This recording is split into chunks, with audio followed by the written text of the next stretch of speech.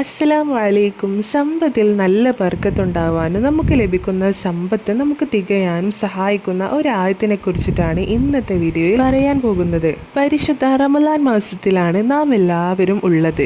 റമളാൻ മാസം പെട്ടെന്ന് കഴിഞ്ഞു പോകുന്നത് നാം പോലും അറിയില്ല. അതുകൊണ്ട് തന്നെ ഈ മാസത്തിൽ പരമാവധി ഇബാദത്തുകൾ ചെയ്ത് അള്ളാഹുവിനോട് കൂടുതൽ അടുക്കാൻ ശ്രമിക്കുക. എല്ലാ തെറ്റിൽ നിന്നും മാറി നിന്ന് നമ്മുടെ മനസ്സ് ശുദ്ധീകരിക്കേണ്ട മാസമായതുകൊണ്ട് തന്നെ നാം ചെയ്തു പോയിട്ടുള്ള എല്ലാ പാപങ്ങളും അള്ളാഹുവിനോട് പറഞ്ഞുകൊണ്ട് പൊറുക്കലിനെ തേടുകയും ചെയ്യുക. പണം എത്ര കിട്ടിയാലും തികയാത്ത അവസ്ഥ, ഒരു കാര്യത്തിനും സമ്പത്ത് തികയുന്നില്ല, ഇങ്ങനെയുള്ള അവസ്ഥകൾ നേരിടുന്ന ഒരുപാട് ആളുകൾ നമുക്ക് ചുറ്റിലുമുണ്ട്. സമ്പത്തിന്റെ ബർക്കത്ത് നഷ്ടപ്പെട്ടാൽ നമുക്ക് ലഭിക്കുന്ന സമ്പത്ത് നമ്മുടെ ഒരു കാര്യത്തിനും തികയാതെ വരുന്നതാണ്. അതുകൊണ്ട് തന്നെ നമ്മുടെ സ്വത്തിലും സമ്പത്തിലും നമ്മുടെ എല്ലാ കാര്യങ്ങളിലും നല്ല ബർക്കത്ത് വേണം. നമ്മുടെ സ്വത്തിലും സമ്പത്തിലും നല്ല ബർക്കത്ത് ലഭിക്കാനും അതിൽ നാശനഷ്ടങ്ങൾ ഒന്നും ഇല്ലാതിരിക്കാനും നാം ഓതേണ്ട ആയത്തുകളെ കുറിച്ചിട്ട് പറയാം. പരിശുദ്ധ ഖുർആനിലെ 14-ാമത്തെ അധ്യായമാണ് സൂറത്തു ഇബ്രാഹിം. ഈ സൂറത്തിലെ 32, 33, 34 എന്നീ ആയത്തുകൾ നാം പതിവാക്കി വന്നാൽ ഇൻഷാ അല്ലാഹ് നമ്മുടെ സമ്പത്തിലും സ്വത്തിലും നല്ല ബർക്കത്ത് തന്നെ അള്ളാഹു നൽകുന്നതാണ്. എല്ലാവിധ